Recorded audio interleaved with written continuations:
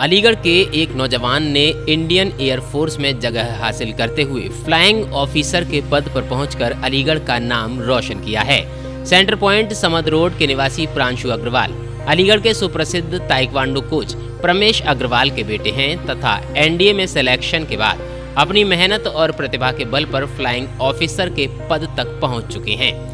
Joining के बाद प्रांशु अग्रवाल अलीगढ़ में अपने आवास पर पहुंचे, जहां माता और पिता ने उनका स्वागत कर उन्हें आशीर्वाद दिया।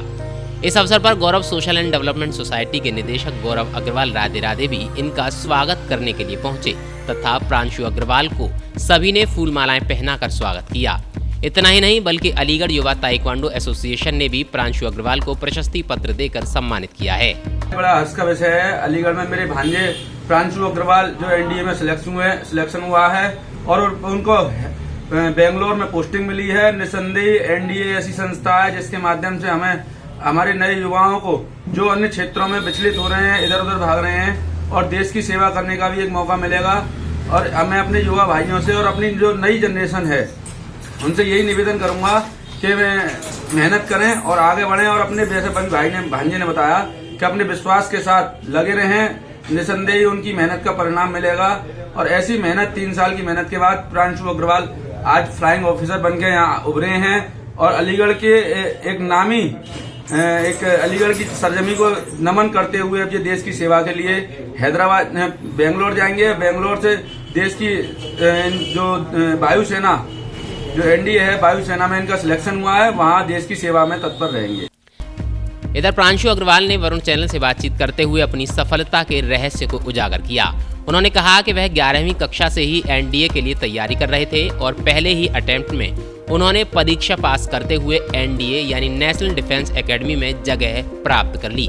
इतना ही नहीं बल्कि इसके बाद इंडियन एयरफोर्स में भी प्रांशु अग्रवाल ने सफलता प्राप्त की और अब वह बेंगलोर में फ्लाइंग ऑफिसर के रूप में सेवारत हैं। इंडियन एयरफोर्स में फ्लाइंग ऑफिसर की रैंक पे सिलेक्टेड हूँ।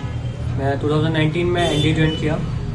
3 साल की मेहनत के बाद 2022 में मैं एनडीए से पास आउट हुआ। 1 साल की ट्रेनिंग मैंने हैदराबाद में एयरफोर्स अकेडमी में की। मैंने 11 से ही इसके बारे में पढ़ना शुरू कर दिया था और फिर इसके बाद आप जानते होंगे एनडीए का एग्ज़ाम 12th पास या फिर 12th परसुइंग भी दे सकते हैं। तो मैं 12th में एनडीए का एग्ज़ाम दिया था। एनडीए यानी नेशनल डिफेंस एकेडमी जो कि पुणे में स्थित है। तो पहली अटैम्प्ट में मेरा एनडीए का पेपर क्लियर हो गया था। उसके बाद पुणे में जाके मैंने 3 साल एनडीए में ट्रेनिंग की। ये एग्ज़ाम एनडीए का 2 बार होता है साल में।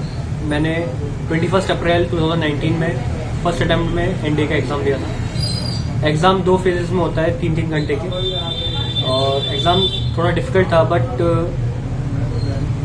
एग्ज़ाम के बाद मुझे थोड़ा विश्वास हो गया था कि आई कैन डू इट। मेरा थोड़ा अच्छा हुआ था एग्ज़ाम। मेरी ऑल ओवर रैंक 88 आई थी एनडीए के एग्ज़ाम में और फिर 3 साल एनडीए में पुणे में ट्रेनिंग करने के बाद डायरेक्ट वहाँ से एयरफोर्स अकेडमी हैदराबाद में सिलेक्शन हुई। अब कहाँ पर पोस्टिंग मिली है? ये पोस्टिंग मेरे को बेंगलोर में मिली है तो मैं अब बेंगलोर जाऊँगा।